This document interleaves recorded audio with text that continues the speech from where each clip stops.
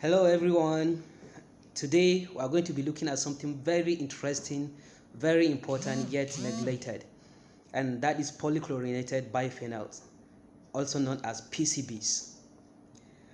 So before I go into that, I want to ask, how many of you know that people actually use transformer oil to cook?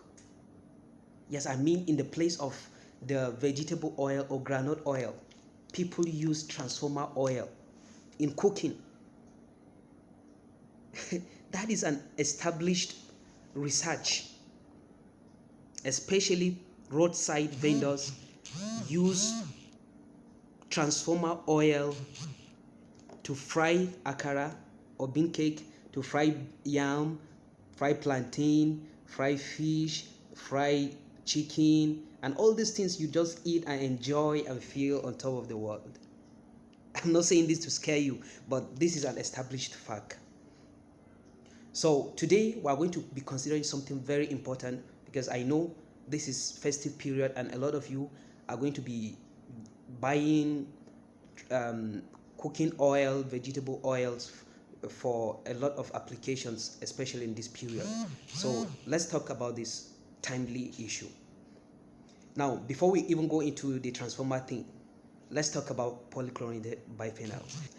PCBs are man-made or synthetic organic chemicals.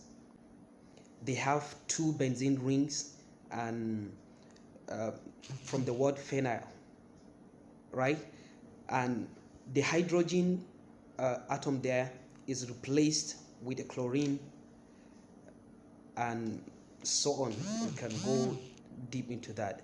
So polychlorinated biphenyls are chemically stable. These are their properties. They have high boiling point, right? And they have good insulating properties. They have high thermal conductivity. They are fat loving. They mix with oil, but they don't like water.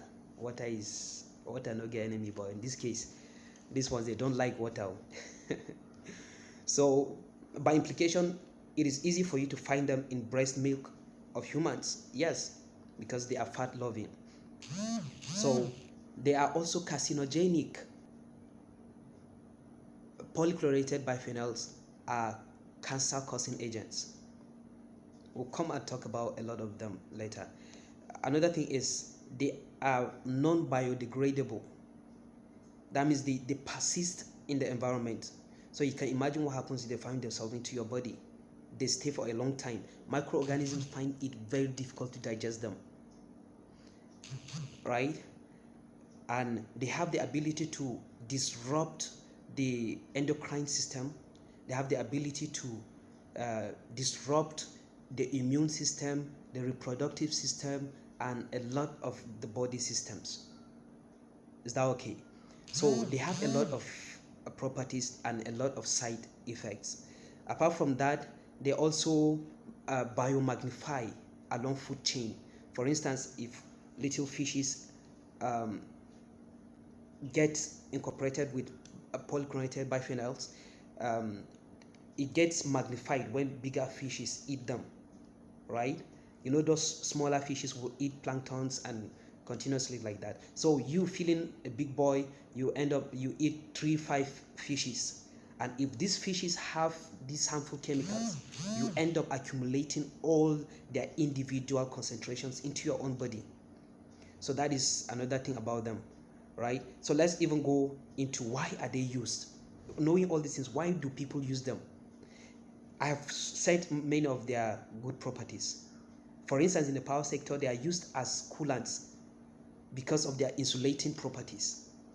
So in the transformer, they are added as additives to transformer oil. For you can check around your neighborhood to see transformers, how complex those machines are. Even think of the generating companies, the distribution and transmission companies. If you see their transformers, they are so mega huge and sophisticated. So all these instruments need those cooling effects, and these chemicals like this help in doing that. So Now let's come back to why are they used? Why do roadside vendors use them? One of the things is, you know how the country is. Things are very hard. So people go for things that are relatively cheap and affordable and economical at the same time. So they find that in transformer oils, some of these vendors do not actually know that they are using transformer oils. Let me clarify this. Is that okay? But chemicals will not understand your ignorance. They will do what they are supposed to do. If they are supposed to harm you, they will harm you. Right? You don't put acid on your body and claim you don't know it will harm you. So that is it. So they are cheap and affordable. So you see people frying akara and they say, this oil, I can use it for a long time. It doesn't get dry. It doesn't. Most of these things are transformer oils. And you can go back to all that I've listed of their side effects. Right? So now what do we do? How do you know that this oil contains polychlorinated biphenyls? Let me even tell you, it may be very hard for you to see PCB on the labels of products. They have different trade names, they have different market names, such as Aroclo, such as Ascarel, right? Dichanol. Some of you must have seen things like this. You see things like trichlorobiphenyls. You see a lot of names, right? So just be intentional about what you do.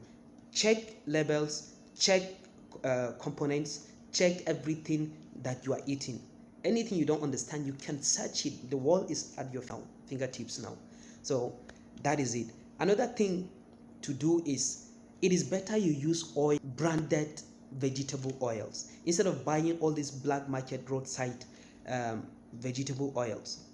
You'll be exposing yourself to a lot of havocs and risk. So just go for branded vegetable oils. Those ones will be safer because you will see all the compositions there on the labels. Is that okay? So my advice to you in this first period is, be intentional about what you eat. Be intentional about the oil you use. Don't end up eating something that will harm you at the end of the day.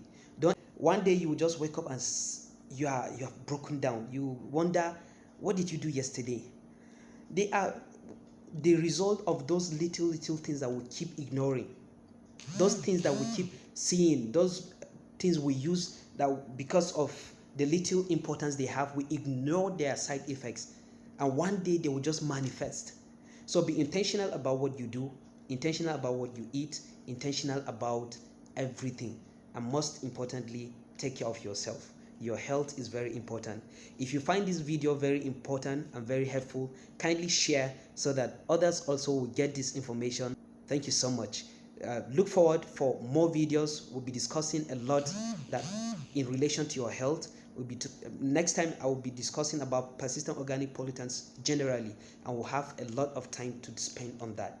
So kindly share, like this video if you find it helpful.